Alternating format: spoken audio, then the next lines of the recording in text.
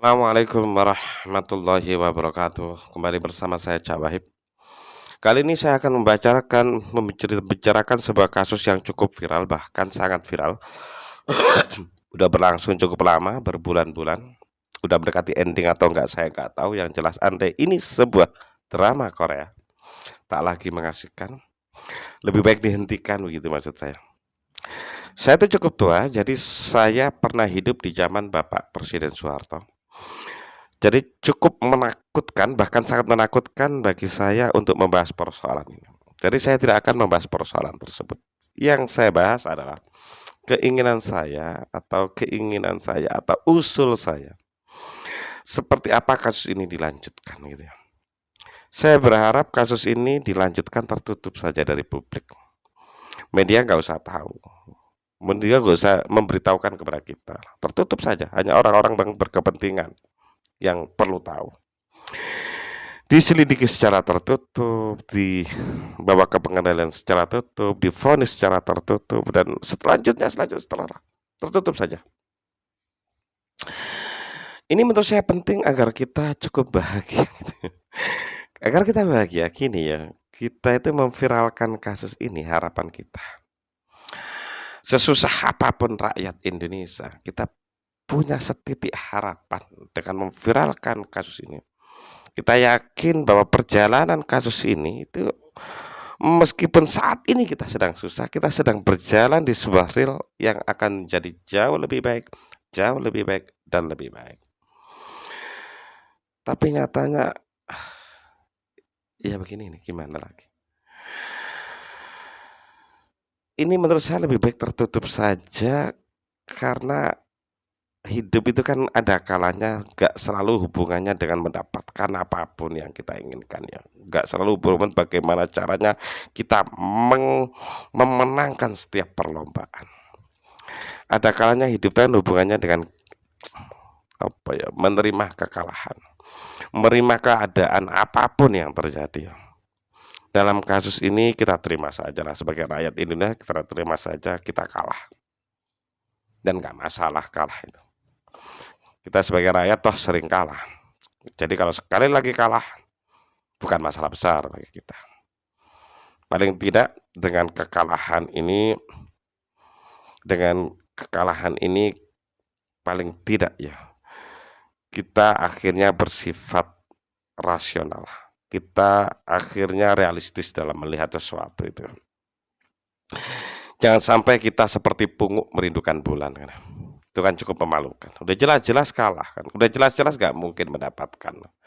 Udah jelas-jelas pungut itu kecil kok. Ingin menggapai bulan itu kan ya aneh. Gak realistis itu. Merusak nalar. Begitu juga dengan kita. Udah jelas-jelas kita udah kalah. Kok malah ingin menang. Ya udah terima saja kita kalah. Yang kita inginkan kita kalah dengan rasa sedikit terhormat. Caranya apa? Jangan dengan cara lanjutkan penanganan kasus ini secara tertutup. Begitu kasus ini dilanjutkan secara terbuka, kita sebagai rakyat seperti sebuah peribahasa ya, sudah jatuh tertimpa tangga. Kita udah jelas-jelas kalah, masih ditertawakan oleh orang. Semua orang kan melihat kasus ini. Tidak hanya orang Indonesia, orang luar juga.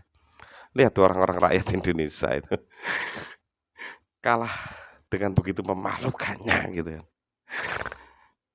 Itu yang pertama. Yang kedua, saya tuh pernah membaca sebuah katanya ini ya. Salah satu syarat cerita fiksi itu diterima itu kalau masuk akal, kalau rasional.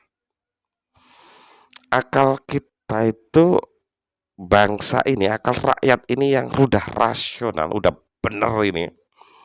Jika kasus ini dibuka dan dilanjutkan berlarut-larut, saya khawatir ya. Karena apa? Kita setiap hari mengikuti kasus ini, kita seperti dipaksa gitu ya, untuk menerima hal-hal yang sangat tidak rasional, hal-hal yang sangat tidak masuk akal sebagai hal yang rasional, hal yang masuk akal, hal yang bisa diterima akal. Ini jelas merusak akal, ini jelas merusak nalar. Kita udah kalah 2 kali dong. Kita udah kalah otak kita rusak lagi. Jadi lebih baik tutup saja, lanjutkan tapi secara tertutup. Bukankah yang paling penting adalah begini ya, kita kan udah dapat banyak dari peristiwa ini. Akhirnya kita tahu misalnya, kita dapat mengambil pelajaran dari kasus ini. Yang pertama misalnya, kalau berkasus jangan sama orang besar. Ini yang pertama. Yang kedua misalnya, pertanyaan-pertanyaan besar di otak kita misalnya, kenapa sih kasus-kasus lama itu yang dulu waktu kampanye dijanjikan akan dibuka ketika jadi memimpin misalnya, itu hampir semuanya nggak tertangani gitu. Ada sih sebagian masuk pengadilan, tapi nggak akan pernah tuntas. Jawabannya akhirnya kita tahu. Karena ya karena itu ya. Yang terakhir, ya udahlah. Kita buat saja ini guyonan gitu ya.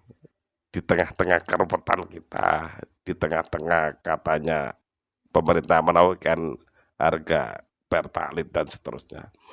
Karena setahu saya ya,